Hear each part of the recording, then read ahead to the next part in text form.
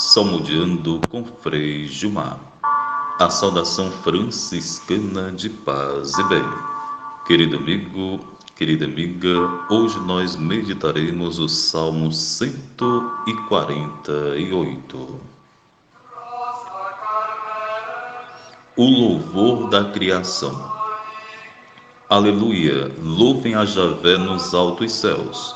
Louvem a Javé nas alturas. Louvem a Javé seus anjos todos. Louvem a Javé seus exércitos todos. Louvem a Javé sol e lua. Louvem a ele astros luminosos todos. Louvem a Javé céus dos céus e águas todas que estão acima dos céus. Louvem o nome de Javé, pois ele ordenou e foram criados. Ele os estabeleceu para sempre e eternamente. Deu-lhes uma lei que jamais passará. Louvem a Javé na terra, monstros marinhos e profundezas todas.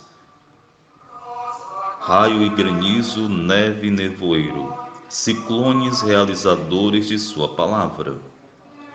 Montanhas e colinas todas, árvores frutíferas e todos os cedros. Feras e animais domésticos, répteis e aves que voam. Reis da terra e todos os povos, poderosos e juízes da terra, rapazes e donzelas, os idosos com as crianças, louvem o nome de Javé, porque o seu nome é sublime, sua majestade domina os céus e a terra. Ele eleva o vigor do seu povo, louvor de todos os seus fiéis, dos filhos de Israel, seu povo íntimo. Aleluia. Glória ao Pai, ao Filho e ao Espírito Santo, como era no princípio, agora e sempre. Amém. Meditação.